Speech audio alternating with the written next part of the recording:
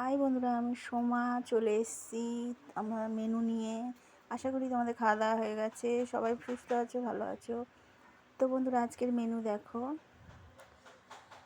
মাছের ঝাল, কাটা পোনা মাছের, আলু ভাতে আর ডাল। বন্ধুরা, কাল থেকে খুব শরীর খারাপ, জ্বর, মাথায় যন্ত্রণা। আজকে 10টার সময় ঘুম থেকে উঠেছি, ভেবেছিলাম রান্না করব না, কিন্তু বন্ধুরা আমি যদি রান্না না করি 3জন মানুষ খেতে পাবে না। তাই জন্য একবার উঠে রান্না করলাম, কষ্ট করে যেটুকু পেরেছি করেছি।